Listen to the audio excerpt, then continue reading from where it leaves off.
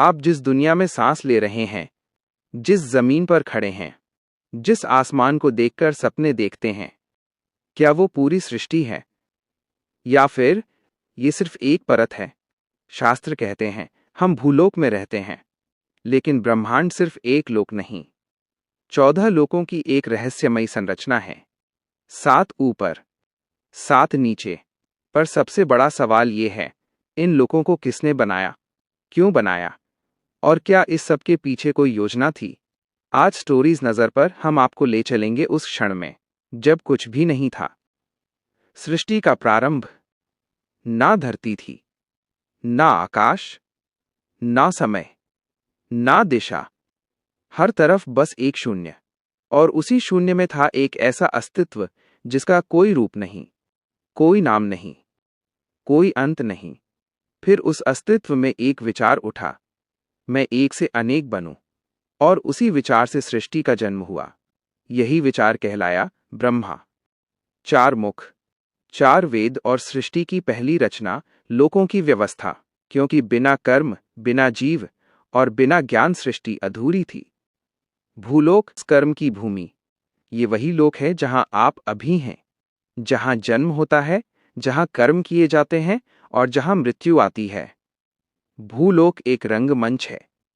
कोई राजा बनता है, कोई भिखारी, कोई योद्धा, तो कोई साधक, पर सब एक ही चक्र में बंधे हैं।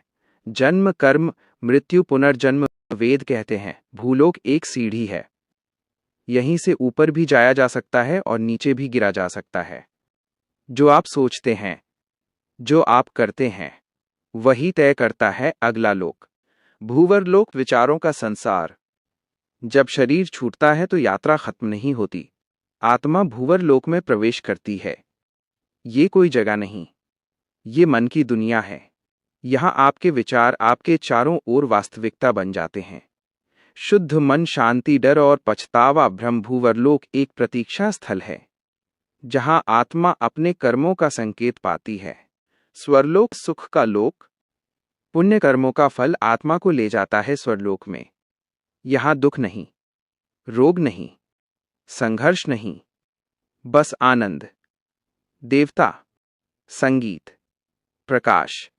लेकिन याद रखिए, ये सुख स्थायी नहीं। जैसे ही पुण्य समाप्त होता है, आत्मा फिर भूलोक की ओर खींच ली जाती है। स्वर्ग भी मुक्ति नहीं है। महालोक, शांति का आयाम। ये लोक ऋषियों और तत्वज्ञानी आत्माओं का है। यहां न शोर है, न समय की दौड़, बस एक स्थिर शांति।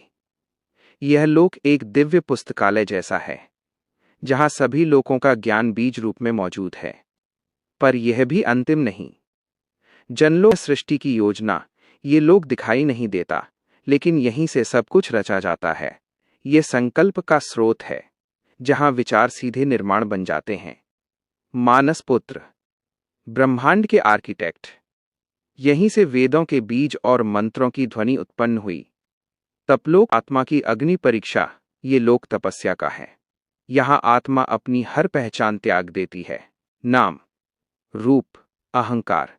तपलोक एक आग है जो सब कुछ जला देती है सिवाय सत्य के। सत्यलोक, परम सत्य और अंत में सत्यलोक। ये कोई स्थान नहीं, ये एक अनुभव है। यहां न समय है, न गति, बस अनंत प्रकाश। यहां आत्मा अपने असली स्वरूप में स्थित होती है। ये कोई अंत नहीं, बल्कि सभी लोकों का सार है। तो ये थी 7 ऊपर के लोकों की यात्रा। लेकिन ध्यान रहे, अभी यात्रा खत्म नहीं हुई। नीचे भी 7 लोक हैं, जहां कर्म, पाप और भय की सच्चाई छुपी है।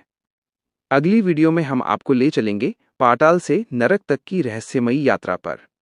ये थी लोक रहस्य सीरीज का पहला भाग। अगर आपको ऐसी रहस्यमयी, आध्यात्मिक और अनसुनी कहानियां पसंद हैं, तो स्टोरीज नजर को सब्सक्राइब करना मत भूलिए और हमें कमेंट में बताइए अगली यात्रा किसकी होनी चाहिए। क्योंकि जहां कहानियां खत्म होती हैं, वहीं से राज शुरू होते हैं।